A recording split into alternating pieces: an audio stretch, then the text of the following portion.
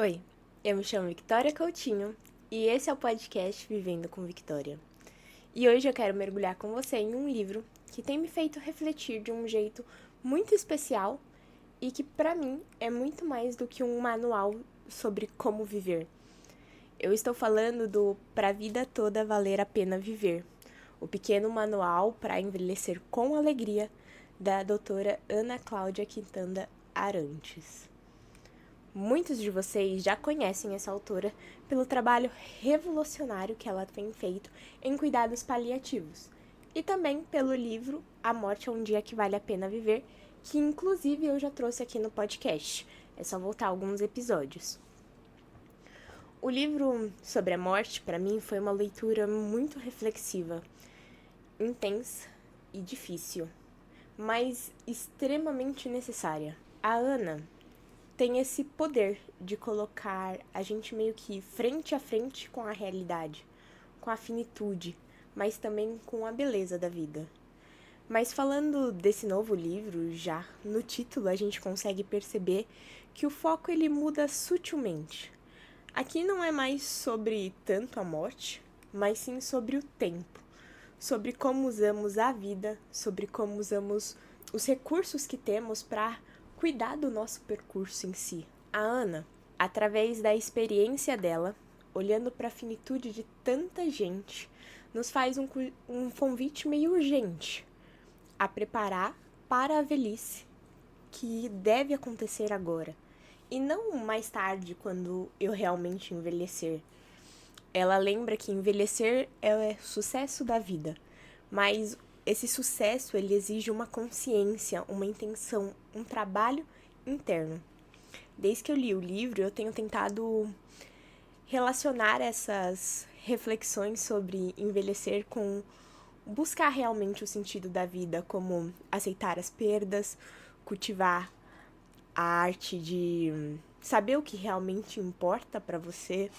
E por isso, esse episódio é mais pra gente parar, respirar, pegar um café e realmente se perguntar, se questionar, se refletir se nesse exato momento a sua vida está valendo a pena.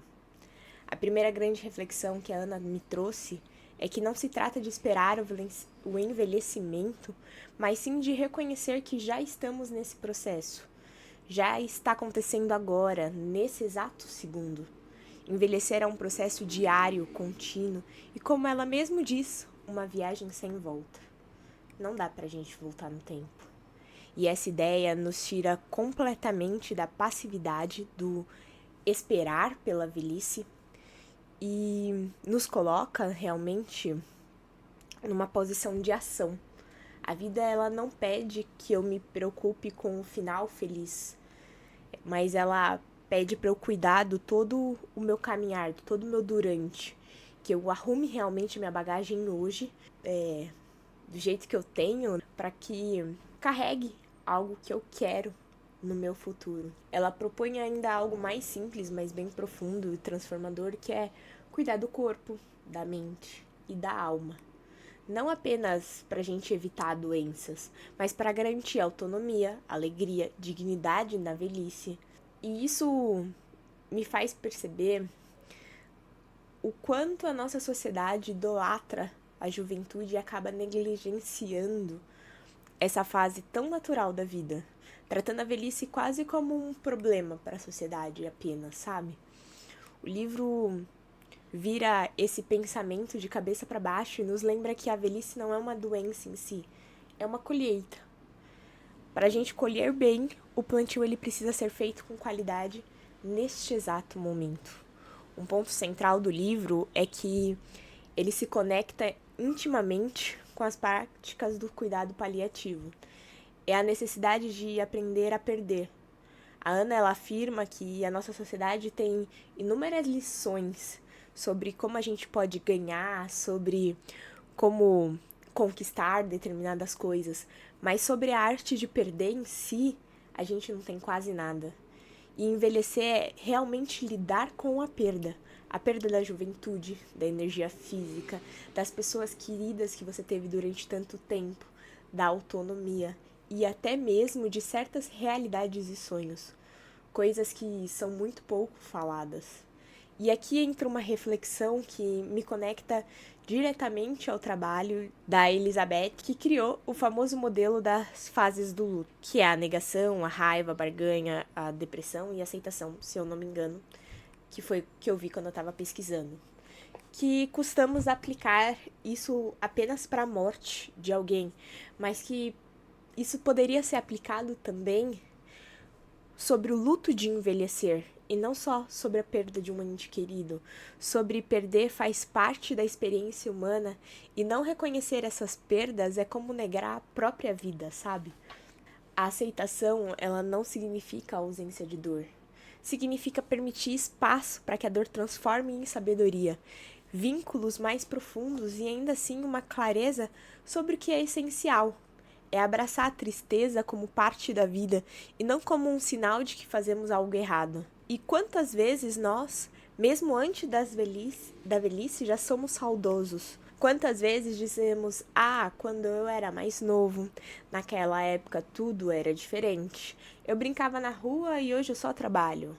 Esse saudosismo em si já é, querendo ou não, assim, talvez um tipo de luto. Já é reconhecer que algo ficou para trás, que você teve em si uma perda. Por isso, para não chegar na velhice com um peso de que não precisa existir, precisamos começar agora, nesse momento, a ressignificar as fases das nossas vidas. Porque cada fase vamos ganhar e também vamos perder parte de nós. Vamos ganhar, talvez, experiências, histórias, formas novas de ver a vida.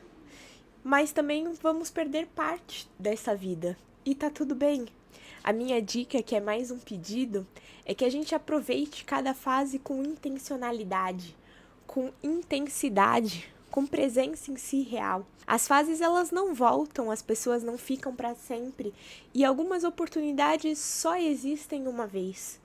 E isso me lembra muito de uma história que a autora conta no livro. Ela descreve uma paciente, uma mãe, que tinha uma família composta por marido e filhos. Ela estava profundamente debilitada emocionalmente e, devido a isso, ela mal conseguia comer e até mesmo viver. Mas o motivo disso era a morte de um filho, há 20 anos atrás. Um filho que morreu com 18 anos em um acidente de carro. A autora, tentando conversar com ela, faz uma reflexão muito legal. Ela explica que o curso de medicina leva 6 anos para se formar. Depois, você precisa fazer 3 anos de uma residência, mais 3 anos de uma pós-graduação. Ou seja, 2 anos para se tornar um especialista. 12 anos para realmente se tornar quem você é como um profissional, para atuar na área, realmente como um profissional especializado naquilo, sabe? Ela ainda convida a paciente a pensar: se 12 anos molda alguém a ponto de transformar em um especialista, como alguém que viveu 18 anos ao seu lado, que ensinou o que era felicidade, poderia simplesmente apagar tudo isso depois que ele morreu. Porque a paciente, ela conta que o filho era pura felicidade, era alegria, era o que unia a família. E a autora, ela fica inconformada de, apesar de ter vivido 18 anos, apagou tudo isso nos próximos 20 anos. E ela ainda explica como que isso pode apagar 2 décadas de história de amor, de convivência, de aprendizado. E essa reflexão foi realmente transformadora para a paciente. E ela deu um estalo e ela volta muito melhor depois. E com essa história, a gente pode perceber que no livro ela dá muita ênfase às relações humanas. A autora, ela usa frases que marcam, como os alicerces do mundo emocional são feitos de pessoas. Ela fala sobre lapidar relacionamentos, sobre não deixar a banalidade do cotidiano destruir o nosso elo com quem a gente gosta e evitar esse esfriamento afetivo. E isso mexeu bastante comigo de um jeito muito profundo, porque eu não tenho mais os meus 15 anos. E agora, exatamente hoje, faltam 33 dias para os meus 28 anos, cada vez mais perto dos meus 30. Eu percebo o quanto eu sou privilegiada, sabe? Quando eu era pequena, eu tive a bênção de conviver com a minha bisa Maria, a velha da minha avó, ou o biso da minha mãe, que na verdade é o avô da minha mãe, né? E até os meus 12, 13 anos ali eu tive a minha bisa Angelina, que também da qual eu tenho muitas memórias. Hoje, com quase 28 anos, eu ainda tenho meus 4 avós, com saúde, lúcidos e presentes na minha vida. E isso é muito raro. Eu tenho amigas que já não têm pais. Quem dirá avós? E tem sido lindo perceber o quanto eu carrego um pouco de cada um deles dentro de mim. Eu amo a yoga e a meditação e ficar sozinha, como a minha avó Isilda. Com meu avô Felipe, eu aprendi a apreciar a caminhada, a leitura, a ouvir uma boa história. Do vô Joaquim e da avó Carme, veio o amor pela família reunida, por tradições, por memórias que aquecem.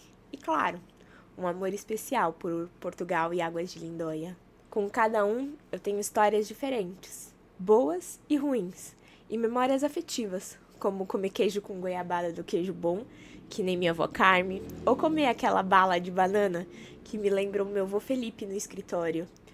Ou toda vez que eu vejo um ônibus na rua, principalmente rodoviário ou turismo, sabe? Eu sempre lembro da garagem de ônibus do meu avô Joaquim. E sempre que eu vejo um pão integral, eu sempre lembro do pão integral da minha avó Isilda, que pra mim é o melhor do mundo. Não tem pra ninguém aquele pão. E podem falar que existem melhores, mas pra mim, aquele é o melhor do mundo. Com cada um eu tenho histórias diferentes, memórias afetivas que viram quase objetos sagrados, sabe? Dentro de mim.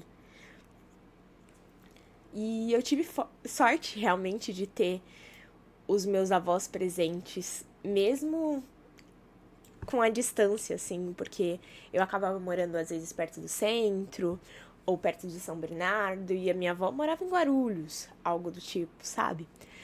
Mas eu tenho muita sorte de ter, por exemplo, uma avó cozinheira que sempre fez todas as minhas vontades em comida.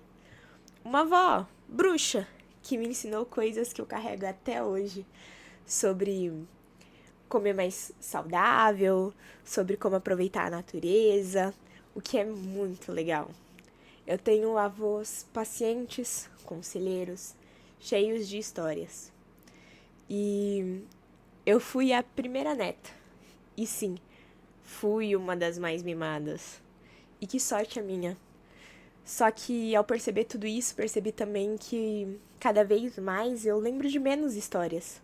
E que agora eu preciso talvez correr contra o tempo para viver ainda mais, para não deixar que as memórias se percam antes mesmo de acontecerem, sabe? E ao pesquisar sobre o assunto, isso me levou diretamente a um estudo de Harvard de desenvolvimento adulto. E um dos estudos mais longos, assim, já feitos, mostrou que o que mantém pessoas mais felizes e saudáveis na velhice não é dinheiro, fama ou sucesso, é a qualidade dos relacionamentos íntimos que elas têm. A solidão, segundo esse estudo, pode ser mais letal do que você ter fumado a vida toda. A Ana, o livro dela em si, né, é quase como uma prática mesmo para você descobrir que é necessário investir tempo, presença e atenção nas pessoas, porque é isso que realmente vai construir uma boa velhice. E isso é algo que eu tenho tentado reforçar dentro de mim e a fazer, sabe? E olha, eu sei que você deve estar pensando, ah, Vicky, mas a sua família deve ser perfeita, então, né? É fácil falar. A minha, nossa, a gente só tem quebra-pau. Mas quem dera fosse assim. Minha família tem altos e baixos como qualquer outra. Tem dias de afeto, dias de silêncio, dias de caos e dias de paz. Mas a verdade é que eu aprendi de uma forma talvez dolorosa que o tempo é curto. Que algumas histórias só acontecem se você abre espaço para elas. Que quando você dá amor, mesmo quando acha que não está recebendo, uma hora a vida te devolve isso, com doçura, com cura, com presença. E talvez, por isso, tudo que a autora fala sobre conexões me toca de um jeito tão forte. Ela reforça que criar conexões não é chamar atenção, não é se vitimizar, é tocar o outro de verdade, do jeito que ele consegue receber. Ela conta uma história simples, mas tão real. Um domingo qualquer, os filhos estavam na casa dela e eles almoçaram todos juntos. E quando terminou, cada um foi pro seu canto, ficar no celular, no computador. E talvez uma mãe comum começaria a reclamar e a fazer aquele discurso de culpa. Ai, eu faço tudo por vocês e vocês nem ficam comigo, vocês nem conversam comigo. Ai, que não sei o que e tal. Mas ela fez exatamente o contrário. Ao invés disso, ela mandou um oi no grupo que ela tinha com os filhos dela. E eles responderam rindo, né? Tipo, que foi, mãe? E tal. Oi. Aí ela só mandou, se alguém quiser lavar a louça, eu faço companhia. E funcionou, eles foram pra cozinha e tiveram aquele momento juntos. Porque, na verdade, é difícil amar quem fica jogando toda hora na cara, você é isso, você é aquilo. Porque o amor, ele não pode ser temperado com culpa. Quando isso acontece, ele apodrece. O amor, ele precisa ser orgânico, ser natural, sabe? Ela conta que também teve momentos que eles estavam separados, cada um no seu canto, e que eles não estavam vivendo momentos tão próximos. E ao invés delas cobrar ou cobrar eles, ela mandou só, tô com saudade, quando puderem vir aqui no meu quarto, eu vou adorar. E aí quando eles chegavam, às vezes lá, ela falou, nossa, a saudade já passou. Mas se quiser ficar aqui mesmo assim, sabe? E aquela simples presença acabou virando uma conexão realmente com eles. E ela diz algo que eu carrego assim comigo, que o importante é criar laços na linguagem do outro. Envelhecer não deveria ser a nossa...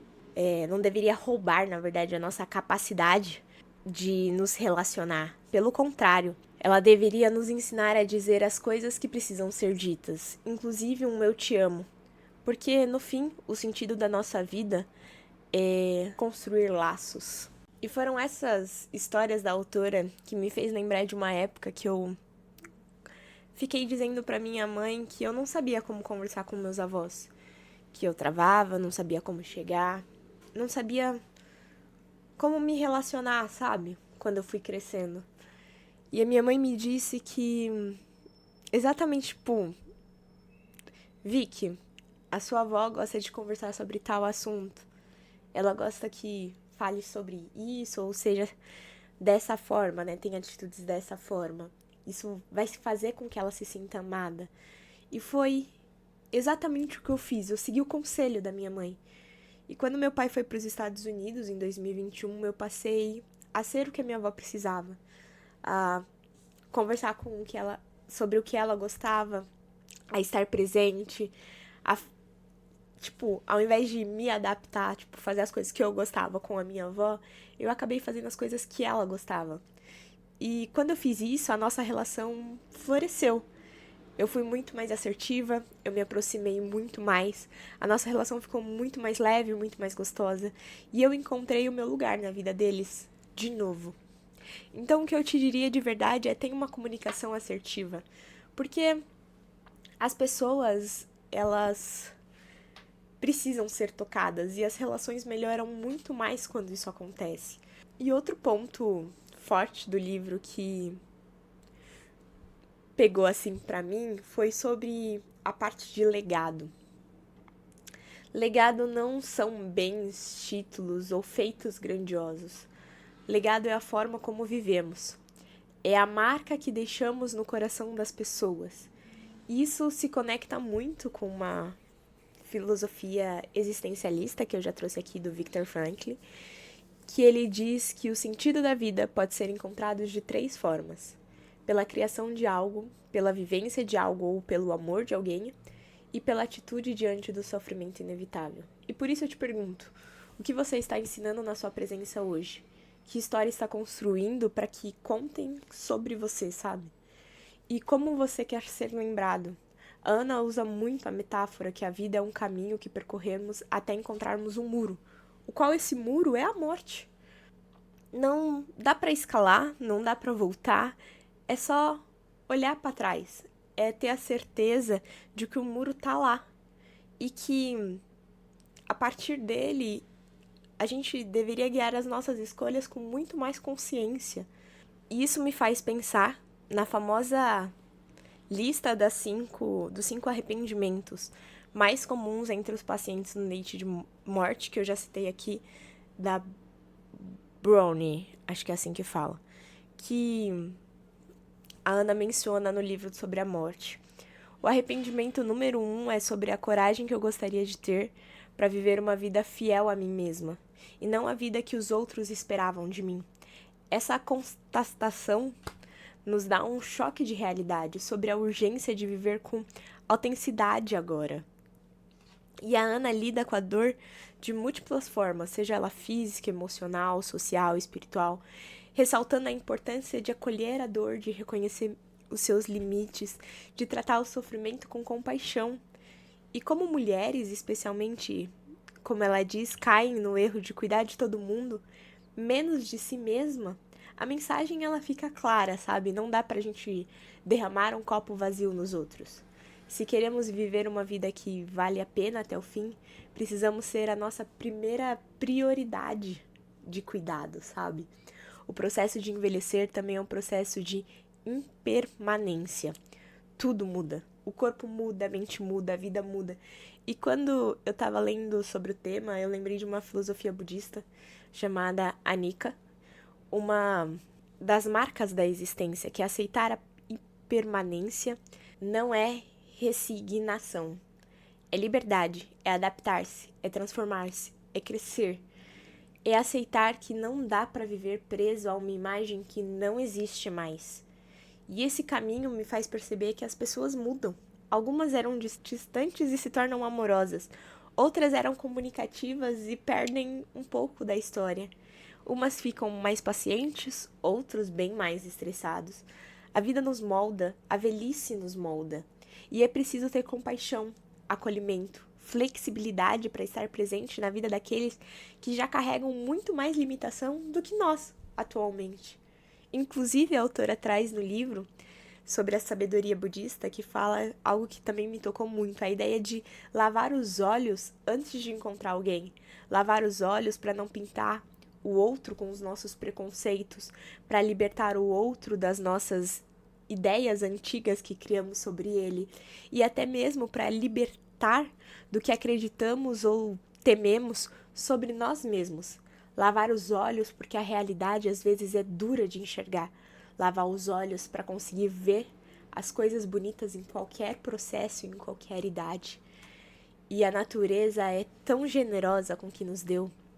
Desde o primeiro instante, a gente tem essa torneirinha que é capaz de lavar os olhos, as lágrimas. Uma imagem tão simples, mas tão profunda. E ela que vai nos acompanhar até a velhice. Porque não importa o quanto já temos vividos, sempre há tempos desconhecidos esperando por nós no nosso sarau pessoal. A autora ainda diz que depois de tanta reflexão, ela só espera que quando a gente chegar no nosso próprio Saara, que é a analogia que ela faz, aquela última travessia antes da morte, a gente realmente esteja disposto a se preparar para ela da melhor forma possível, que a gente consiga descobrir quem somos, o que fizemos de verdade pelo lugar que vivemos e o que valeu a nossa existência. E se você ainda não descobriu, talvez esteja a hora. Não, acho que é a hora. Não perca um minuto para deixar para depois essa investigação de si. A autora, por fim, deixa um convite que eu levo para mim e deixo para você também. Todos os dias, ao voltar para casa, olhe no espelho e diga para si mesmo, sabe? Eu gosto mais da pessoa que voltou hoje do que daquela que saiu pela manhã. Ela é realmente melhor porque teve um dia mais experiente. Isso é envelhecer com consciência. É reconhecer que a partir de cada dia é um dia a menos da nossa vida. E começar a entender que cada dia é um pedaço que também pertence a gente, um novo capítulo da nossa história que pode ser reescrito. Quando a gente olha para o tempo desse jeito, a velhice ela deixa de dar medo e passa a ser uma etapa muito mais digna, honesta e cheia de sentido, até o dia que a morte chega pra gente ou pra quem realmente amamos. E quando esse dia vier, eu espero que você consiga olhar para a memória dessa pessoa e dizer com verdade que a sua vida valeu a pena porque é graças a essa pessoa, a esse tempo que você passou com ela, que ela é melhor. Se esse episódio te tocou de alguma forma, não deixe de compartilhar com alguém que também precisa olhar para a velhice com um novo olhar e me conta lá no meu Instagram Vivendo com Victoria o que mais te tocou nesse episódio. E se você ainda não me segue aqui no Spotify ou é inscrito no YouTube, aproveita para fazer isso agora, para não perder nenhum episódio. Obrigada por estar aqui comigo e até a próxima.